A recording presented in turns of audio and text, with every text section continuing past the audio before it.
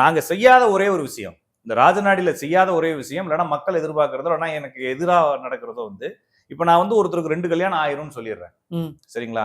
அப்ப அவங்க எடுத்தோடனே அடுத்த கொஸ்டின் என்ன கேட்பாங்கன்னா, இல்லைன்னா நீங்க வந்து ஏதோ கடன்ல மாட்டிருவீங்கன்னு சொல்றோம். அடுத்த கொஸ்டின் என்ன கேட்பாங்க? இல்லைன்னா ஏதாச்சும் ஒரு நோய் வரப்போகுது. அடுத்த கொஸ்டின் என்ன கேட்பாங்க?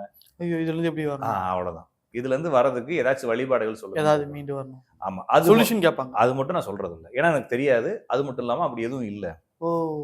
ஜோசியத்துல மட்டும் இல்ல, எதுலயுமே வாழ்க்கையை மாத்தவே முடியாது. உடனே வந்து கடவுள் வழிபாடு இருக்கு, கோயில் இருக்குன்னு சொல்லி எல்லாரும் சொல்லுவாங்க. நான் அது மறுக்கல. இப்ப நான் வந்து சின்ன வயசுல எங்க தாத்தா கோயிலுக்கு போனாரு. என்ன சொல்லி கொடுத்து என்ன சொல்லி போயிருப்பாரு? கடவுளை கும்பிடுறா, கடவுளை கும்பிடு, நல்லா இருக்கணும். ஆமா, உன்னை மட்டும் வேண்டிக்காத, எல்லாரும் நல்லா இருக்கணும், எல்லாரும் நல்லா இருக்கணும் யாருக்கும் துரோகம் வேண்டியிருக்கோம். நல்லா இருக்கலாம், நல்லா படிப்பு வரணும்னு வேண்டியிருப்போம், நல்லா சம்பாதிக்கணும் வேண்டியிருப்போம், வீடு கட்டணும், ஏதோ ஒரு நேர்மறையான சிந்தனை எது வேணும், பாசிட்டிவ் நெகட்டிவா கூட வேண்டுங்களா, ஏத்து வீட்டுக்கார நாசமா போயிருக்க கூட வேண்டியிருப்போம். ஓகேங்களா? என்ன வேணாலும் வேண்டிக்கலாம். எங்க தாத்தா வேண்டாரு, எங்க பாட்டி வேண்டுச்சு. அதுக்கப்புறம் எங்க சித்தப்பன் பெரியப்பெல்லாம் வேண்டாங்க. இப்ப நானும் வேண்டுறேன், என் பிள்ளைக்கும் சொல்லி கொடுக்குறேன். உங்களுடைய இதுவும் அதேதான். உலகம் முழுவதும் இதேதான்.